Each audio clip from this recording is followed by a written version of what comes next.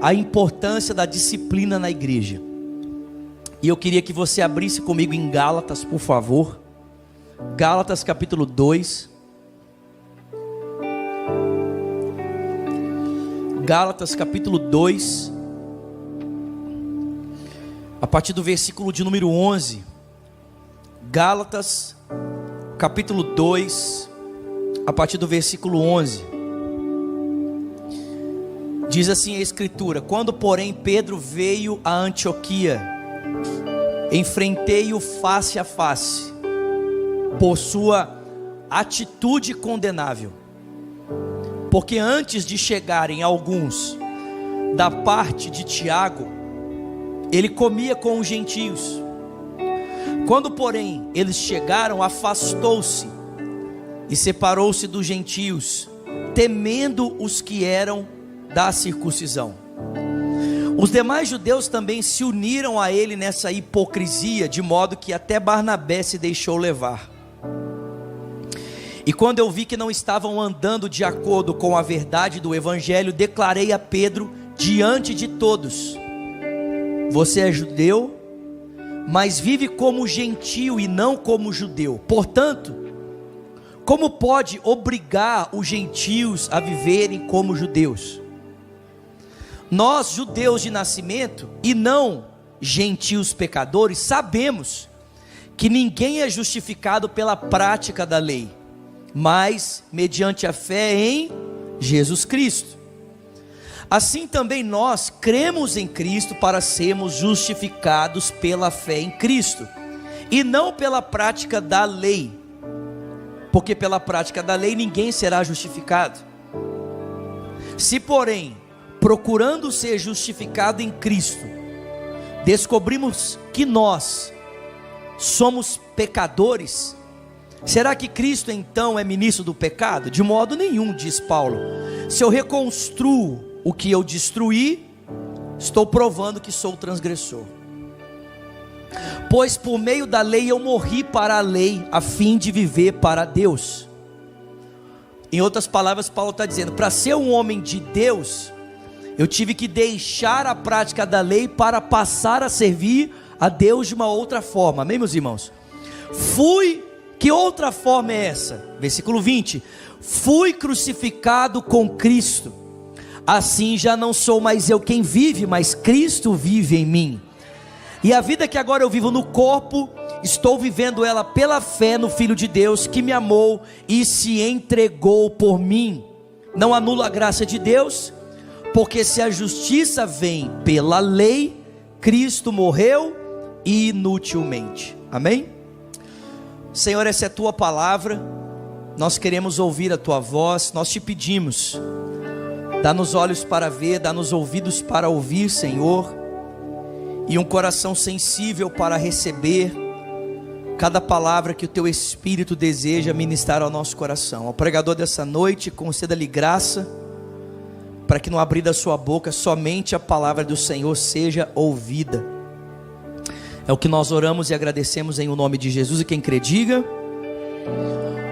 Irmãos, a carta de Paulo aos Gálatas trata sobre um tema muito importante da fé cristã. Que tema é esse? Quais são as marcas que devem estar na vida de alguém que tem um relacionamento com Cristo? Que tipo de marcas nós devemos procurar na vida de alguém que julga ter um relacionamento com Jesus? E como a caminhada com Deus, ela começa lá no contexto do Antigo Testamento com Abraão, e como Deus, após ter justificado Abraão, deu a circuncisão como uma marca dessa justificação, dessa justiça. Então os judeus acreditavam que se alguém tinha um relacionamento com Deus, era necessário que ele guardasse as marcas do judaísmo, e especialmente 3 marcas: a circuncisão, a guarda de um dia sagrado, o sábado, e as leis relacionadas à alimentação, a comida, a dieta kosher.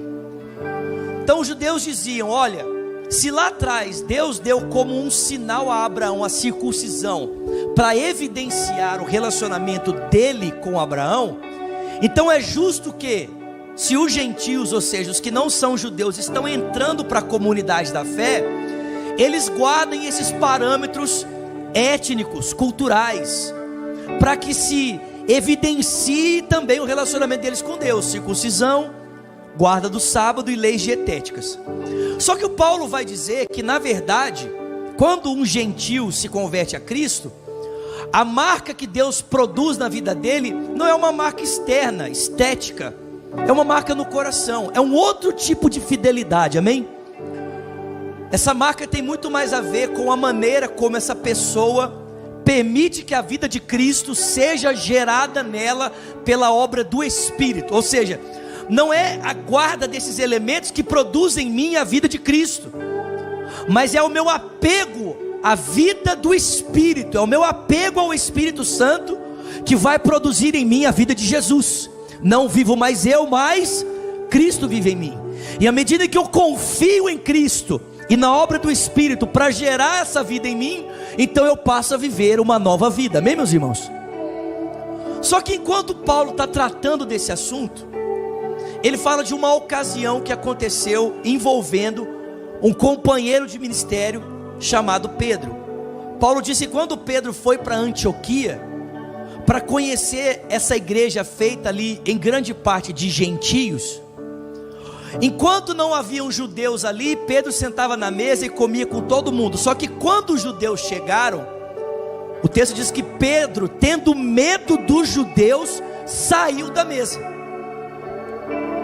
E como a comunhão também é um assunto muito importante na relação com Cristo, como para Paulo a comunhão com Deus desdobra imediatamente na comunhão com o próximo, ou seja, se eu me relaciono de forma saudável com Deus, é óbvio que eu vou ter que me relacionar de maneira saudável com você, porque alguém que julga ter um bom relacionamento com Deus, mas não tem relacionamento com os outros, tem alguma coisa errada, amém? João fala que ele é mentiroso e a verdade não está nele. Então, quando Pedro levantou da mesa, o Paulo falou para ele: cara, isso não está certo, isso está errado, o que você está fazendo vai contra tudo aquilo que nós recebemos de Cristo. Então o foco de Paulo aqui com esse texto é mostrar quais são as marcas que a fé em Cristo deve produzir. Mas enquanto ele está mostrando isso, ele mostra um elemento muito importante aqui que às vezes passa desapercebido na nossa caminhada com Cristo, que é o fato de nós sermos repreendidos quando nós temos alguma postura que fere os parâmetros do Evangelho. Amém? E eu não sei se você percebe, mas quem está sendo corrigido aqui não é ninguém menos e nem mais do que Pedro. Ou seja, irmãos, sabe qual é a primeira lição que eu aprendo aqui? É que a disciplina no corpo de Cristo é para qualquer pessoa. Disciplina no corpo de Cristo não são apenas para os que estão começando a jornada. Disciplina no corpo de Cristo é para todo aquele que quer ser mais parecido com Cristo, até para o Pedro, se necessário, até para alguém que de repente está numa posição de responsabilidade, mas de repente está tendo algum comportamento que fere os parâmetros do Evangelho. Essa pessoa também precisa de correção, amém, irmãos? Tem alguém comigo aqui? Todos nós precisamos de disciplina. Alguém pode dar uma glória a Deus por isso aqui? Todos nós precisamos de correção. E eu digo para você, eu sou o testemunho vivo disso que eu estou falando. Porque, irmão, se eu não tivesse sido disciplinado durante a minha jornada com Jesus, talvez eu nem estivesse aqui hoje. Eu me lembro, alguns anos atrás, quando eu ainda morava em Belo Horizonte, e um dos nossos pastores ali me acompanhava, o pastor Richard Guerra. Ele foi um dos pastores que Deus usou durante essa jornada ministerial para me acompanhar. Eu estava recém ordenado ao ministério pastoral, e Paulo fala que um dos perigos da ordenação é que você pode se tornar soberbo com ela. Por isso que Paulo fala: não ordena gente neófita na fé, porque ele pode incorrer na soberba e ele pode cair. E eu digo para vocês que no começo do meu ministério, gente, eu era muito imaturo. Eu fui ordenado muito cedo, eu tinha 20 anos de idade. Então faltava muita maturidade. E é óbvio, essa falta de maturidade foi produzindo defeitos de comportamento e também até de caráter. E esse pastor começou a perceber um certo tipo de arrogância, de orgulho em mim, no trato com as pessoas e até no trato com os irmãos da igreja. E percebendo isso e zelando pela minha vida, esse pastor chegou e me deu um livro para ler. Chamava-se Líderes à Beira do Abismo.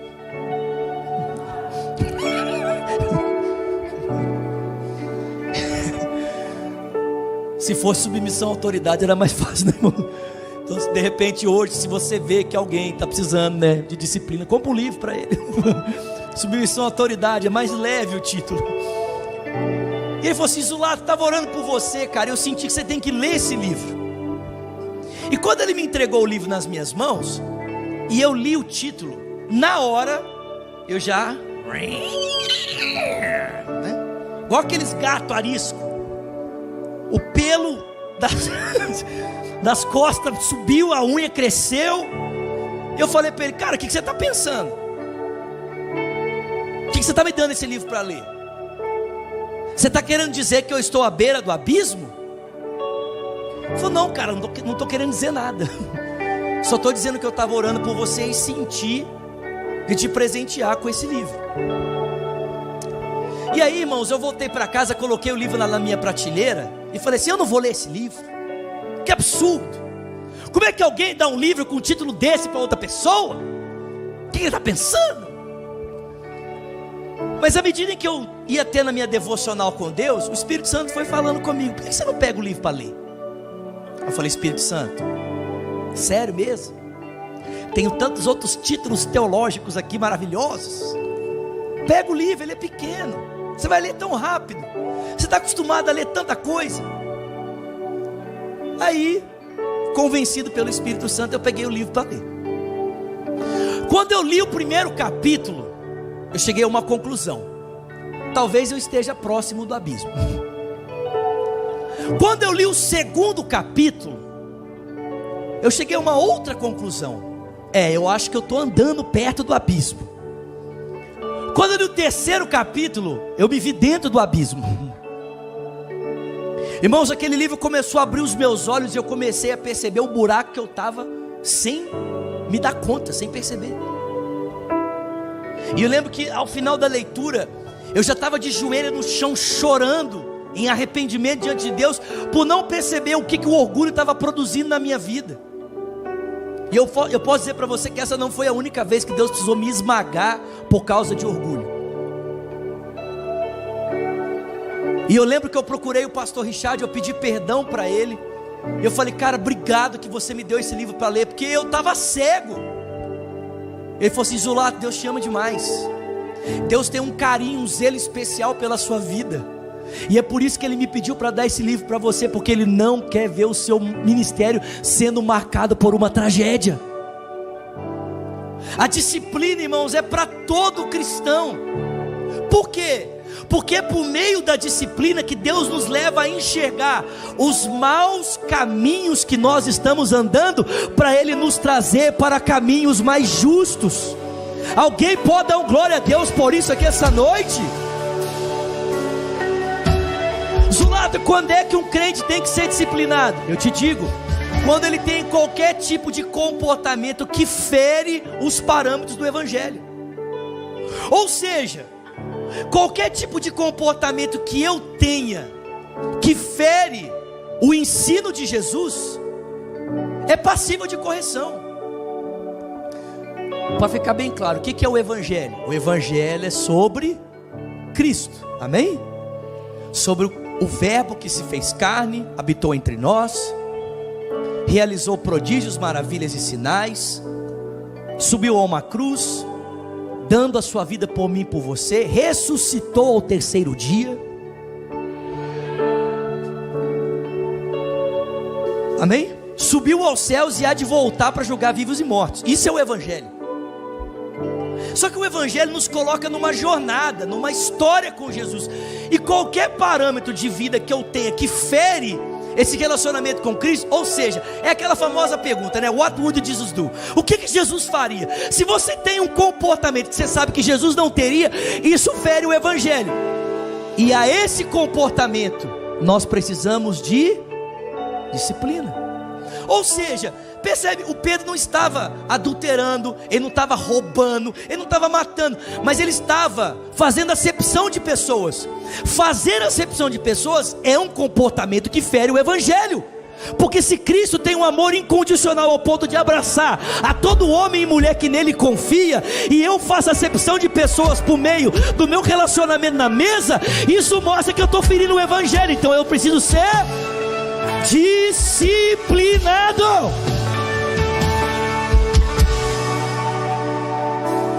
A disciplina, irmão, é para todos os cristãos, e ela deve acontecer quando, Zulato?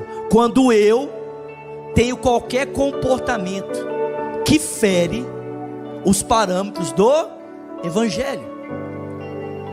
Só que tem um ponto, quase que eu tem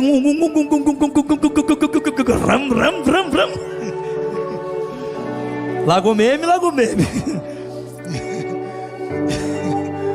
Tem um porém que nós precisamos colocar aqui, porque eu sei, se você está aqui nos visitando hoje pela primeira vez, eu sei que talvez essa não é a mensagem que você gostaria de ouvir, né? Essa mensagem ela toca em primeiro lugar cristãos, mas talvez essa mensagem também toque você. Talvez você olhe e fala, cara, não é que esse pastorzinho de meio metro de altura está falando uns negócios aí que eu estou precisando na minha vida, disciplina.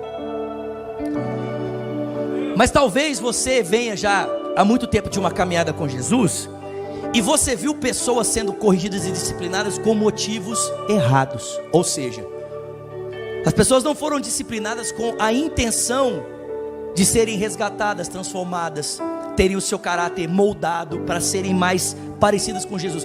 Elas foram disciplinadas para serem envergonhadas. Eu digo para você, essa não é a intenção da disciplina. Jesus não nos pede para corrigir ninguém com a finalidade de expor, envergonhar essa pessoa. Onde é que eu aprendo isso? Eu aprendo isso em Mateus capítulo 18, a partir do versículo 18. Jesus fala assim, que quando alguém falha comigo, eu não fico esperando essa pessoa perceber o erro que ela cometeu e vir me pedir perdão. O meu irmão é tão importante para mim, tão importante, que ele é mais importante para mim do que o erro que ele cometeu. Então eu estou disposto a passar por cima do erro por causa do meu irmão. Eu estou disposto até mesmo a superar a ofensa que ele me causou para ter o relacionamento com ele de volta restaurado. Então o que eu faço? Eu vou até ele. Mas vamos dizer que esse irmão está endurecido, ele que errou, mas o orgulho está muito grande ali, ele está endurecido, e ele não quer me liberar perdão, não quer restaurar o relacionamento. Eu desisto? Não. Ele é tão importante que eu sou capaz de envolver uma segunda parte para que esse relacionamento seja restaurado. Jesus fala, se você for até o teu irmão e ele não te receber, o que você faz? Chama o paizão. Paizão, vamos lá comigo, eu amo demais esse irmão, porque Jesus ama ele. Eu não posso perder ele para esse dilema, eu não posso perder ele para esse problema. Eu estou disposto a ir até as últimas consequências para ter esse irmão de volta. Pelo amor de Deus. Aí vai eu e o paizão. Por que eu falei do paizão? Porque é difícil, né? Difícil resistir ao abraço do paizão, sim ou não? O paizão dá aquele abraço assim, xaramai. É abraço de urso. Mas vamos dizer que o irmão está muito duro. Está muito duro. Nem o abraço do paizão quebrou ele. Aí o que você faz? Chama a mãezona. Com esse casal não tem brincadeira. Aí vem você, paizão e mãozona, mas o cara tá duro. Aí o que você faz? Você fala, não, eu estou disposto a ir até o fim. Para conciliar com esse irmão, eu sou capaz de envolver a igreja inteira nesse negócio. Aí você liga para o pastor Diego e fala assim, pastor Diego, esse irmão não quer me perdoar, mas eu vou conseguir. Nós vamos resolver essa treta toda, e nós vamos envolver a igreja toda. Nós vamos lá na casa dele fazer serenata, fazer cantata de amor. Eu vou levar um presente, pastor, eu vou ganhar esse irmão de volta. Esse pecado não vai nos separar, o inferno vai perder, Satanás será envergonhado. porque o sangue de Cristo é mais poderoso. Mas o irmão, nem com a igreja na porta da casa dele, resolveu perdoar. O que Jesus fala? Trata ele como gentil e publicano. O que isso significa? Desprezá-lo? Não. O gentil e o publicano, irmãos, eles eram o alvo do nosso amor. Eram aqueles que precisavam ser alcançados pela missão para se tornarem parte da família. Vocês estão comigo aqui? Ou seja, eles vão continuar sendo alvo do nosso amor, mas agora no contexto de missão. Antes eles faziam parte da mesa, mas como eles não querem aceitar os princípios da comunidade, que é perdão e graça, então eles não podem fazer parte da comunidade. Mas isso não significa que eles deixaram de ser parte da nossa missão. Eles vão ser parte da nossa missão, porque nós vamos em missão alcançá-los com amor, para ver se eles se convertem ou se pelo menos voltam para Jesus. Mas nós não podemos mais ceder espaço na mesa. Por que não? Porque essa pessoa precisa aprender que a comunhão dos santos é mais importante do que ficar pegado ao pecado dela. A pessoa precisa aprender que a comunhão dos santos é mais importante do que a falta de perdão. A pessoa precisa aprender que a comunhão é mais importante do que a ofensa que ela decidiu se agarrar. Por que as pessoas na igreja hoje não mudam de vida? Porque infelizmente muitos de nós continuamos praticando comportamentos que nós sabemos que ofendem o evangelho, e não somos privados de nenhuma benesse do evangelho. Então a gente não consegue pesar e perceber que aquilo que eu estou praticando vale menos do que aquilo que Cristo me deu.